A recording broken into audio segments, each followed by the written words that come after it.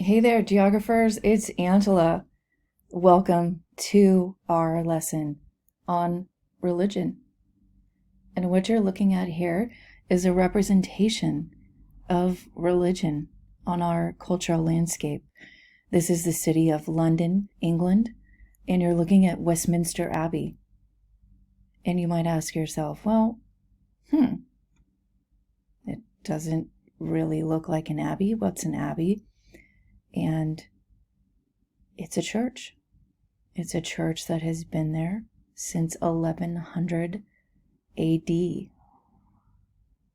And there are famous people from throughout all of English history that are buried at this church, even if they don't practice religion. So, what really is religion? And how do we define religion? It's something that we still really are challenged to clearly define.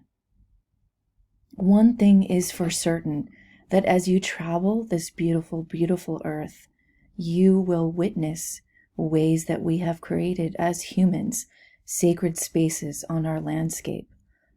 Sacred spaces are the ways in which we as humans have created our cultural landscape. What you're looking at here is Thailand. In the foreground, you're looking at rice paddies, and in the background, you're looking at a massive 3-story golden Buddha.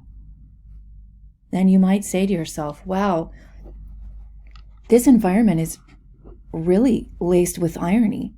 You've got a small hut here represented by people who probably just sit underneath there while they're harvesting rice, and they probably do back-breaking work.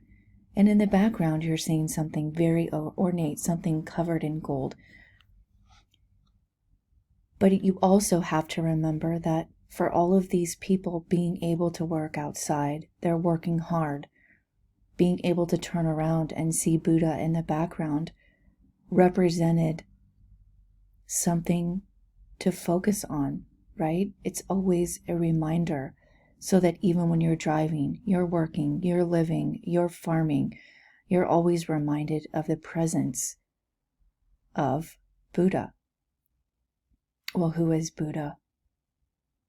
And that is what launches us into religion. The next slide that we look at is another representation of sacred spaces.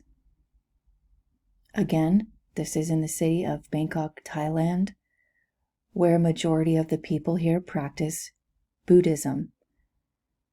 This is their outdoor patio. It's very small. The reason why I like this photo so much is that look how all of their other belongings seem very dark and dim. And what stands out to you in this photo as being very bright? Apart from the disco ball, right? We need to make sure we have a good time, people. It's this beautiful altar to Buddha. And down here you can also see that what have they given Buddha? Rice. It's all lit up. It's a reminder that they are recognizing the spirits, feeding the spirits, and it's always a place that they can come back to as a reminder.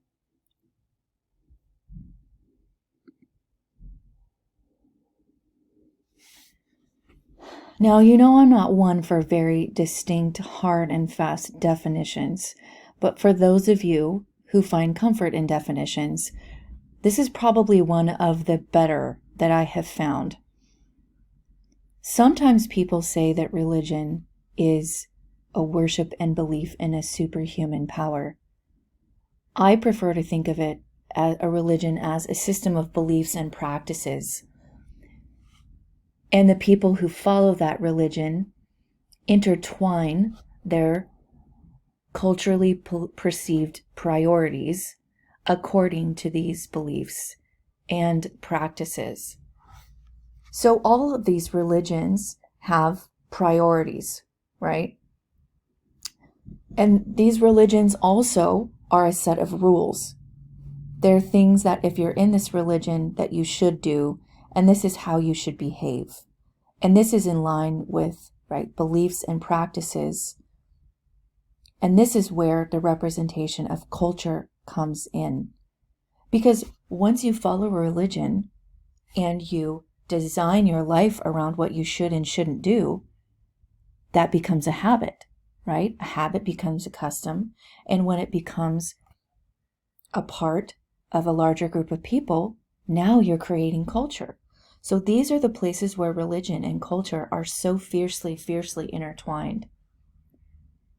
Now, when you're looking at this photo and you're seeing the hands that are coming up from the underworld, do you think these are people who followed the rules? Do you think these are the people who practiced this belief system? What should they have done? Again, you're looking at a representation of a temple in Thailand. This temple is called Wat Rung Kun in Thailand. And as you'll see from the next slide, I was lucky enough to be able to visit. It's an absolutely beautiful, beautiful temple. And in parts of Southeast Asia, a Wat, also in Cambodia and Laos and parts of Vietnam, and obviously Thailand, it stands for a temple. This Wat that you're looking at is covered in hundreds of thousands of tiny, tiny little mirrors. It was created over decades. And when I got the chance to visit, it still wasn't completed. People come to visit, they drink tea, they cleanse themselves. And hopefully, for all of the followers of Buddhism, you get to walk across this bridge. And as you're walking across the bridge, you're walking over, obviously, the people who have done things that they shouldn't have done, according to the laws and tenets of Buddhism. So you walk over all of these people in the underworld, and what they're trying to tell you is, right, take the high road. Take the bridge over what the masses of people have decided to do.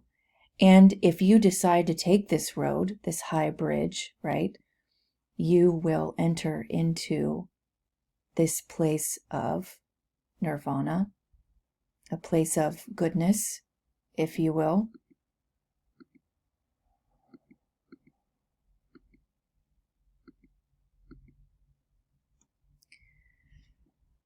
Not only that, but again, when you're in Thailand or places where religion is intertwined, when you're on the metro system in Bangkok, obviously you see it in Thai and then in English, please offer this seat to monks.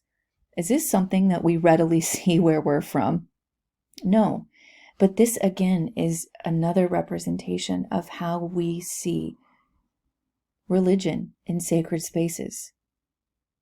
This is a sacred space on a metro in Bangkok, Thailand. So again, you're seeing how people have decided to design their cultural landscape. And in this example, it's represented in their religious beliefs. So how does religion flesh out in our day-to-day life?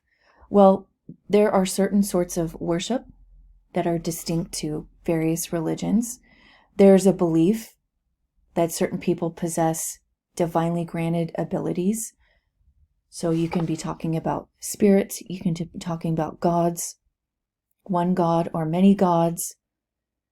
You also have religions, the belief in a superhuman, a god or many gods.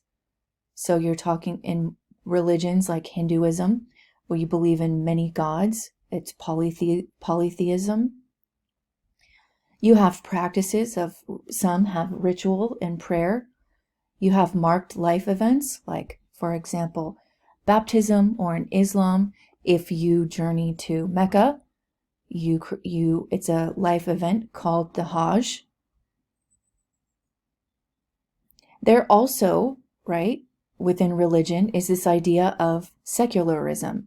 And in there you will hear the word secular, right?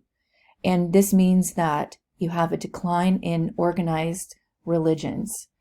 So there are some religions that are pagan. There are some religions and they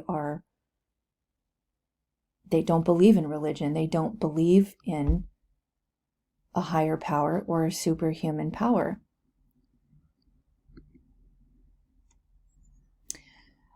We see this represented in the ways in which communism, which is a political belief and a way of countries decided to organize themselves politically. And it's amazing how within this political belief system, they outlawed religion. What you're looking at is an example of an old, burnt out Russian Orthodox, so Eastern Orthodox Church. And with the onset of communism, Russia did away with all forms of religion. You will also see that in today's China, they do encourage people to practice Buddhism, but other forms of religion within China are frowned upon. So let's get down to the nitty-gritty. How do we look at different religions? How are we going to learn about them? So when we start to break away and understand religion based off of individual religions, we have religions that are monotheistic. Mono meaning one. So these are religions that worship a single deity. So this means one God. Then you have religions that are polytheistic, poly meaning many. So they worship more than one God, sometimes even thousands. You also have animistic religions. Animistic religions was really the history of religion and where religions were brought out of. And you might think that animistic comes from the word animal. The idea of animistic religion actually comes from the word animated.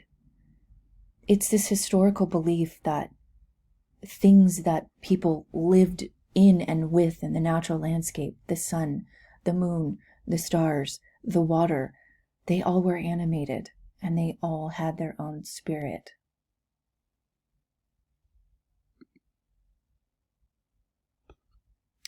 There is also this idea in various religions that some gods are neither male nor female.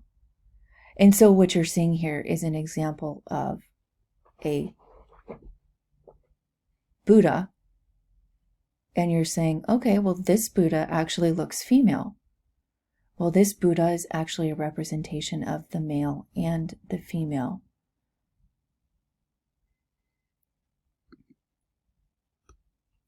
The other way that we can classify religions is in two very distinct ways. We have universal, or we also call it universalizing religions, or ethnic religions.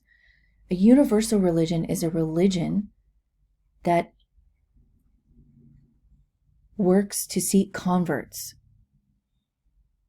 These religions work very well across different cultures. One of our main universalizing religions is Christianity. The next is Islam. Those are our top two universalizing religions. Another is Buddhism. They work very well across different cultures. For example, the world's largest Muslim population is actually in Indonesia. Did Islam begin in Indonesia? Not even close. Well, how did it get there? Well, these universalizing religions all are built upon one prophet. And the story of that prophet is so strong and so amazing that we as humans really latch onto that and find hope in that. Ethnic religions are religions that are based within one culture. So, for example, Hinduism. For example, Judaism, where faith and culture and ethnicity are bound very, very tightly together. In ethnic religions, it's also not focused on one prophet. So, for example, in Hinduism, there are over 500 gods. And also in Judaism, there's not one overarching prophet. There are many. Here's a map of religions of the world. I encourage you to take a look at this and really just enjoy the colors, enjoy looking at all of the different areas. I think one aspect of this map that I really enjoy is if you take this gray right here, and this outlines the traditional and shamanistic, so the areas of the world that are still practicing animism, if you will. And where are you finding these? Right? It really strongly, closely relates with a certain part of our world, right through the middle of the tropics here. This is Borneo, so this is shared by Malaysia and Indonesia. Here you have Indonesia, Papua New Guinea, the northern parts of Australia, and you have areas up here as well where you have native tribes that live up in certain regions and parts of Siberia. Here is another diagram that gives you like a timeline, if you will, based off of hearths of the world. So we talk about these hearths as the origination of civilizations and also of languages. You see languages come out of these hearths as well, right? When we were in elementary school, we learned a lot about the cultural hearth in the Tigris and Euphrates River, where people started farming and ended their nomadic way of life, if you will. Here is how religions diffused. So here, for example, if you take the large C in Christianity, where it originated and then where it has diffused across the world. You see this green B for Buddhism. Buddhism is practiced mainly today in parts of, yes, South Asia, but mainly East Asia and Southeast Asia. Is that where it originated? No. Buddhism originated on the border of India and Nepal.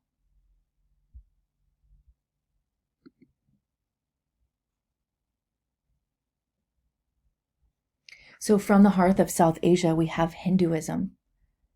One of their strong beliefs is that people are born into a caste system.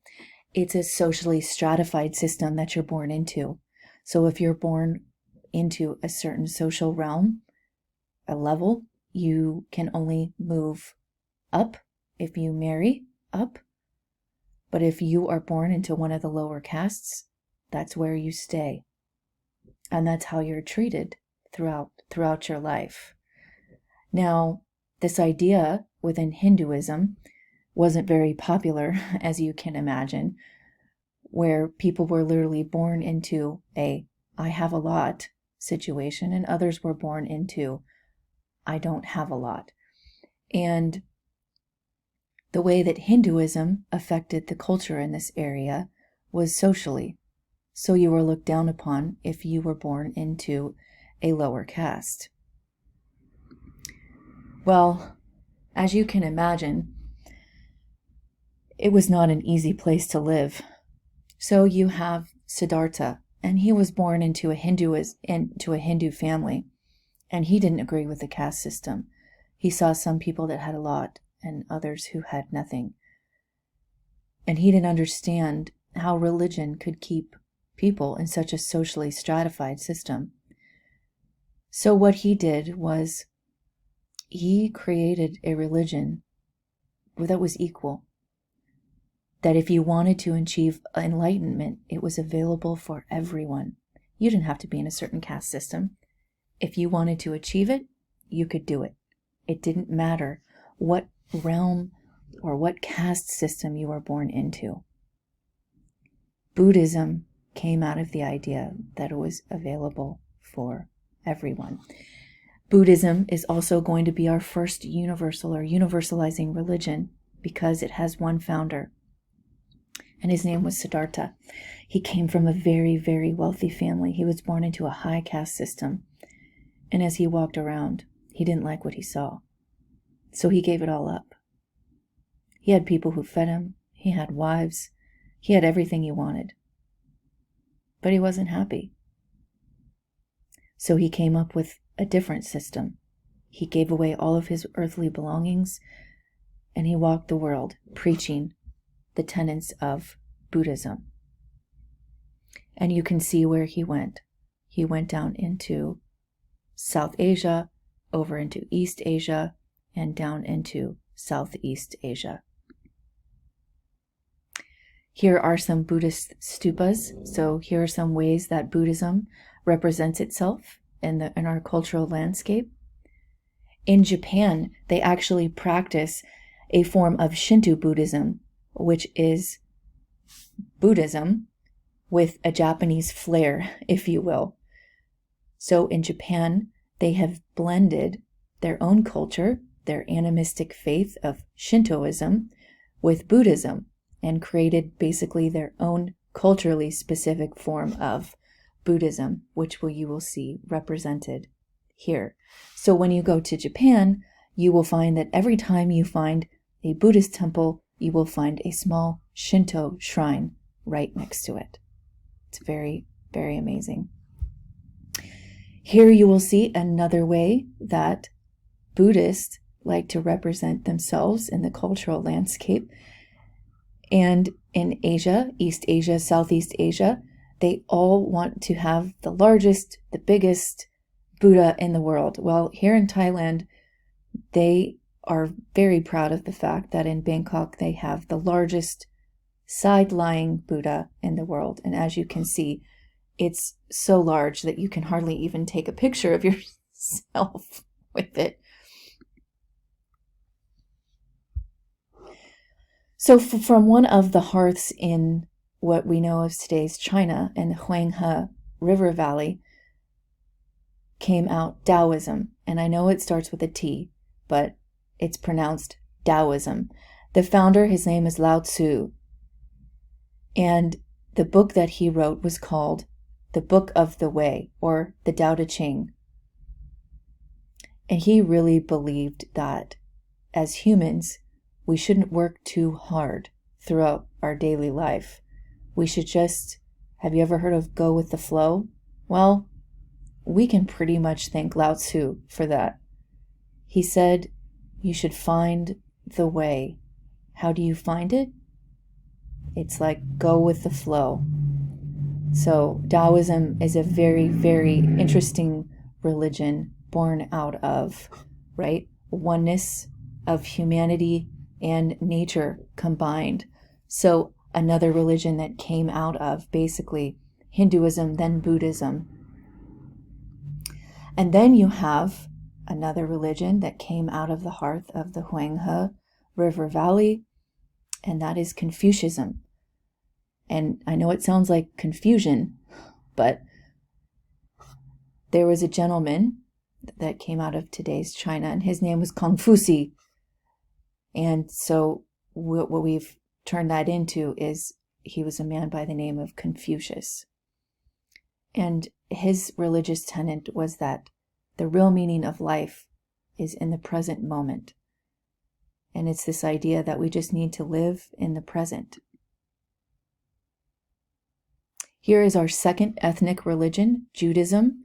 It originated in Southwest Asia about 4,000 years ago. Judaism is famous because it is the first major monotheistic, so one God, religion.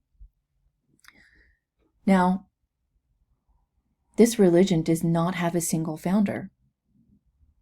It has a sacred text known as the Torah, and it has a leader, not a founder, or not one person that everyone follows, but the first patriarch was Abraham. In Judaism, they believe that Jesus was a prophet. In Judaism, they have lots of sacred sites. You can find them all throughout the world. One of the most famous is the Western Wall in the city of Jerusalem in Israel. And here is a photo of that site. So within this site, you're actually looking at sacred sites that are important to 3 different religions. You're looking at, this is Islam, this is Christianity, and this wall here is in Judaism. Here you will see the West Bank. So this area of Israel is a contested space within the world and has been for a while. So you have Palestinian areas here, and you have Jewish settlements within the West Bank that was given to the Palestinians. So this has been obviously an area of contested space based off of religion, and here is a map that outlines that. Christianity originated out of Southwest Asia in the Eastern Mediterranean about 2,000 years ago. Again, it's another monotheistic religion, believes in one God, and the founder was Jesus Christ.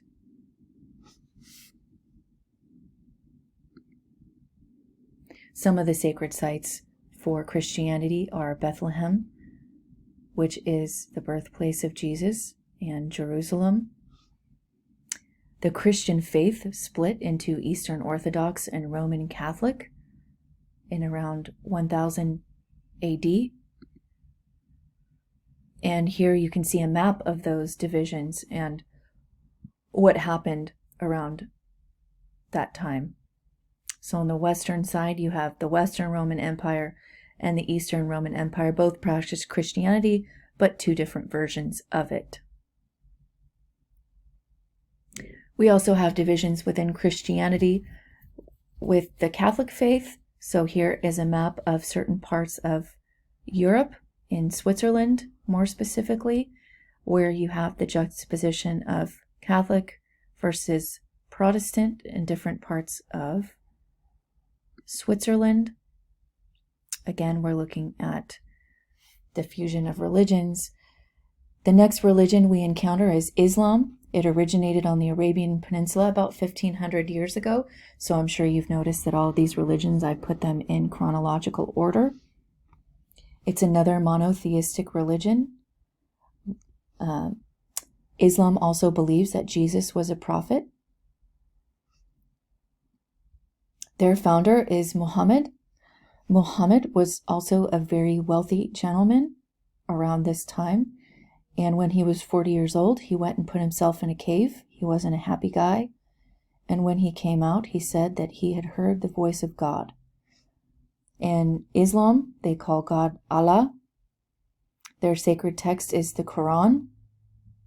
And they feel that the Quran was spoken by Allah to Muhammad. And when Muhammad came out of the cave, he traveled the world talking about the messages that he had heard from Allah. Islam actually means peace be among you or peace be to you, and that is really what Muhammad preached, was peace. In Christianity, their set of rules are the 10 Commandments, things that you should and should not do. In Islam, they have the 5 pillars of what you should and shouldn't do. So one of them is you should pray 5 times a day. Their sacred sites are in Mecca, Medina, and Jerusalem. Mecca is a very sacred site. Muhammad traveled there, and for people who practice Islam, if you follow the footsteps of Muhammad, it's one of the 5 pillars of Islam. You become a Hajj. So it's also one of the defining moments of practicing Islam. After Muhammad died, the religion kind of didn't know what to do, who was going to take over, and who was going to assume control of the religion after Muhammad died. And this is where the religion split into 2. you have the Sunnis and the Shiites. Some people believed in who should be taking over the religion. They couldn't decide, so certain adherents funneled themselves into the Sunni side, and then you have the Shiite side. Here is how Islam diffused, so obviously beginning here in the Arabian Peninsula, here in Mecca, and here is a timeline of how it diffused and where it diffused. And as I've said, the largest amount of Islam adherents in the world today are Indonesian, and you will see that represented in the map over to the right. Here you will see a map of indigenous religions. Obviously, they're under pressure from global religions. This also feeds in very well with shamanism. A shaman is a religious leader, teacher, healer, and visionary. We still have many of these practices happening today. Africa, Native Americans, Southeast Asia, and East Asia. Here's an example of secularism. So there is indifference or rejection of organized religions, and you will see a little bit of that represented here. What happened in the Soviet Union is when they adopted communism, they had an official policy that when you lived in the Soviet Union, you couldn't practice your religion. So they discouraged religious practice. And unfortunately, what happened there was people were forced into hiding to practice their religions. And here you have Muslims in yellow living right next to people who were Christian. New borders were drawn and people were funneled into certain areas. And then when communism left, these people were left in these certain areas. And as you can wonder, has created problems. So again, we come back to this idea of sacred spaces. How do we see religion in our landscape? Well, here are a few ways in which we do, and we've already taken a look at this photo already. So just in one photo in Jerusalem, you see the Dome of the Rock, you see the Church of the Holy Sepulchre, and you see Judaism in the Western Wall in literally one photo. Here is the Ganges River that is sacred and holy in the Hindu religion, and it is one of their beliefs that you need to cleanse yourself in the Ganges River. Here you will see another, this is a giant stupa, right? This stupa they actually call, in this part of Burma, is called a shedi. So it's a giant dome, and we're talking about Buddhism here. Here again, we see Catholic churches located in the center of European cities with spires reaching far and above other buildings. Here you will see an example of a Protestant church. This is actually in Singapore.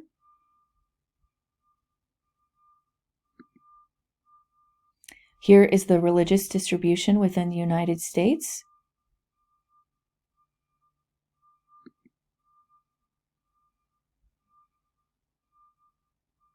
And here is an example of what I consider to be a very beautiful Muslim mosque.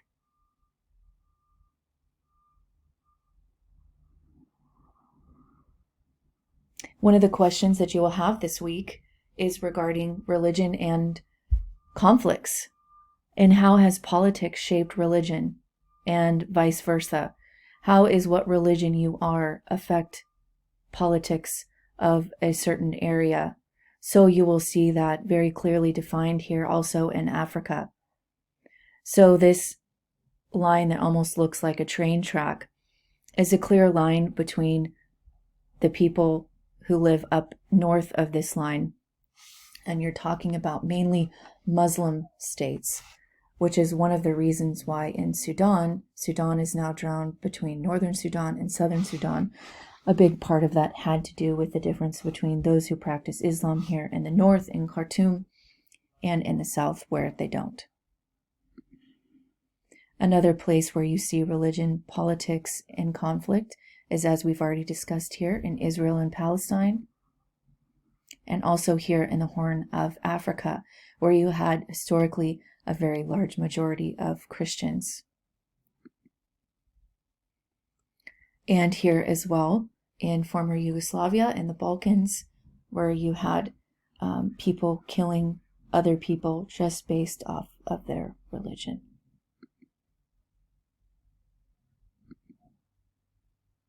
Another place where we've seen this historically, and obviously it's getting a lot better, is in Northern Ireland between the Protestants and the Catholics. In certain religions, there is a fundamental and extremist view of, at times, how people decide to follow and practice their certain religion.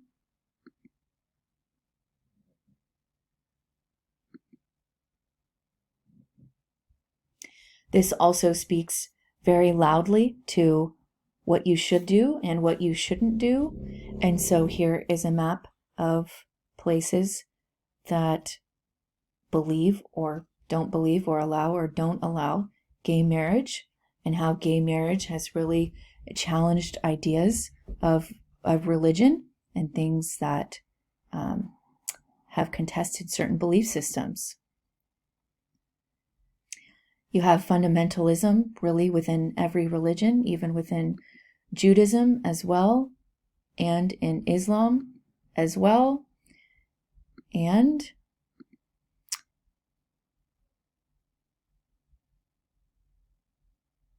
that is the end of our lecture on religion. I hope you enjoy looking through the rest of our material, and please contact me if you need anything.